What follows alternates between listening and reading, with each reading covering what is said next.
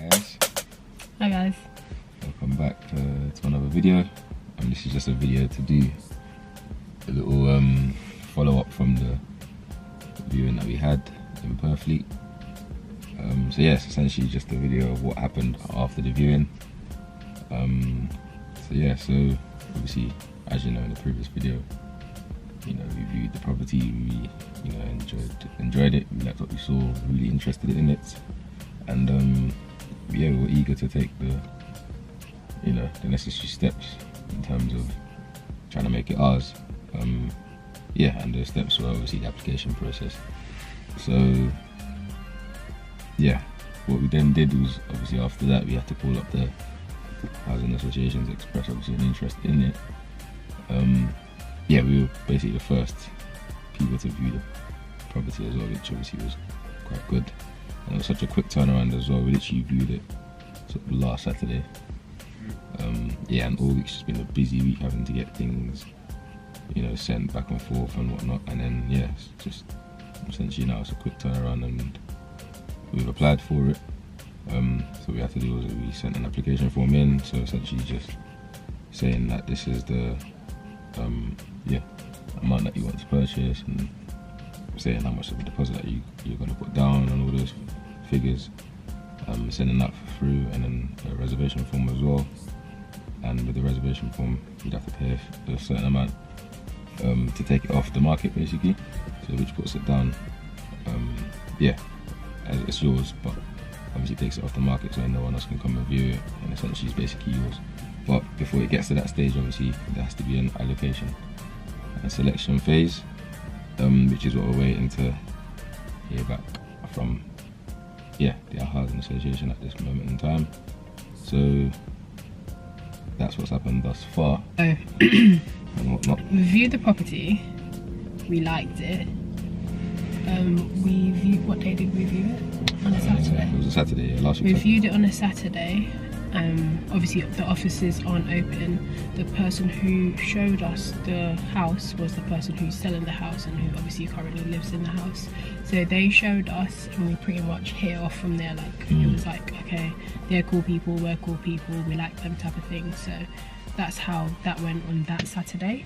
And then on the Monday, as we were really interested in the property, we just called up at the office and we're like, okay, expressing an interest, we want this property, could you send us the necessary application so that we can kind of get the ball rolling with it. Soon after, we got a phone call and an email to say obviously the documentations have been sent, please fill these documents out and send it back to us. The deadline is Wednesday, so bear in mind we received the applications on Monday afternoon and the deadline was on Wednesday. Cool. So we're just thinking, all right, cool, calm, what, we got this, like, just no sweat, or it's down, like it'll be easy, it's calm. Come to open up this email, and what they're asking for is like literally your whole soul is what they want. So there's 3 different things that I can recall. So there's the application form for the property, then there's the reservation form for the property, and then on top of that, on an independent side, there's a financial assessment as well. So the application and the reservation form were relatively easy to do. On the reservation form, we had to fill out like a solicitor's details, like who would act on our behalf. That's fine, that's okay, we'd done that. It wasn't fine, it wasn't okay, but we got through it. And then the financial assessment was like, send 3 months bank statement, send pay slips, send proof of address on top of that, send proof of deposit, send, literally just kept on going. I think all in all they asked for about 8 different documentations or something like that. One annoying thing, passport as well. One annoying thing that they do is they send their forms via PDF, which is really annoying because you have to now print it out and then fill it in by hand and then scan it back, as opposed to a Word document where you can just kind of type it up, save it, and then attach it to a file or an email and send it back. So we had to, we were literally up, like hours, so it was literally straight after work. Yeah. I got back in and then I was just like, Lisa come to mind or whatever. And she made her way down. Literally were at it literally all night. We didn't finish and send everything off till about midnight. 1 a.m. in the morning.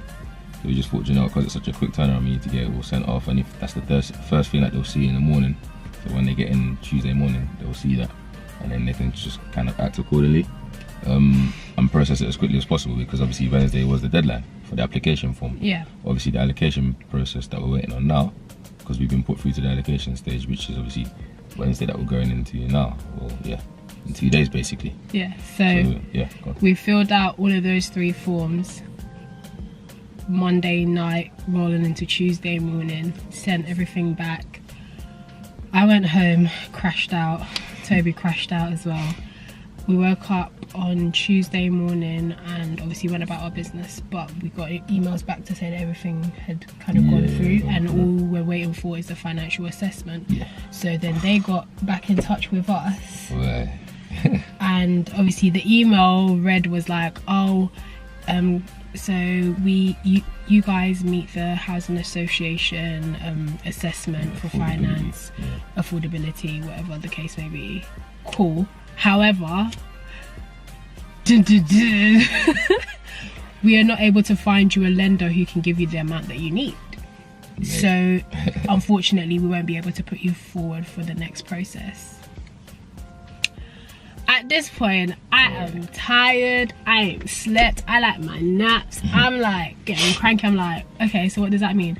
Obviously the emails are being sent to Toby, so he's already asked, okay, is there anything else that can be done, and can we find our own lender? And well, the first question was sent first, and then he responded and said, unless we can raise 21k deposit or something something dumb like that. Yeah, up to a higher deposit. 21k. It was a stretch. Yeah, okay. And then Toby asked if we can find our own lender, then can we like obviously go forward with the process. And then the guy was like, yeah, of course, if you can find your own lender. However, I've been doing this job for like 25 years, and given the circumstance, yada yada yada. Okay, chat brief, whatever, cool. So we obviously went ahead and we're like, all right, cool, like let's at least give it a go, because we actually put in like a lot of work the night before. So we went on sites like Mojo, Share to Buy, Mortgage Helper, and I think there was another site that we went on as well. You fill out your application, you fill out the details, and then they book you an appointment with a financial advisor who can obviously take the application further and see if they can find a lender for you.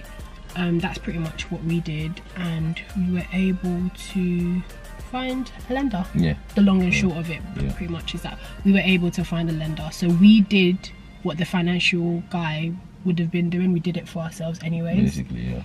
So we found a lender. Toby sent on the information to the financial assessment guy. Sent off an agreement in principle. That's it. Which is essentially what we were waiting for, which is I'd advise anyone as well to get that, because that will basically make your application, I guess, it will basically help it get processed quicker, because then they can see that, you know, this person is able to get the, you know, the required amount and all those types of things, because that's what they want to see as well. So essentially it will boost your, you know, application and make it look a lot more healthier, I feel like. So I was able to send the financial guy an agreement in principle. So then he basically sent off all the documentation back to the housing association. Then housing association said that we've got all the documentation, everything's cleared and gone through, and that we put you through to the selection process, and they'll write, you know, to us in due course. So essentially that's what happened. So that literally I got that email back on Friday. So that's where we're at now. And then on top of that, obviously, because we developed a good relationship with the sellers, so we've been in constant dialogue with the sellers, and then they've been asking how's it going and, you know, what's the process, because our application got delayed a little bit because of that lending thing. So essentially, because we couldn't find a lender, they put our application on pause and basically allowed somebody else to come and view the property, you know, because they were tired of waiting, essentially.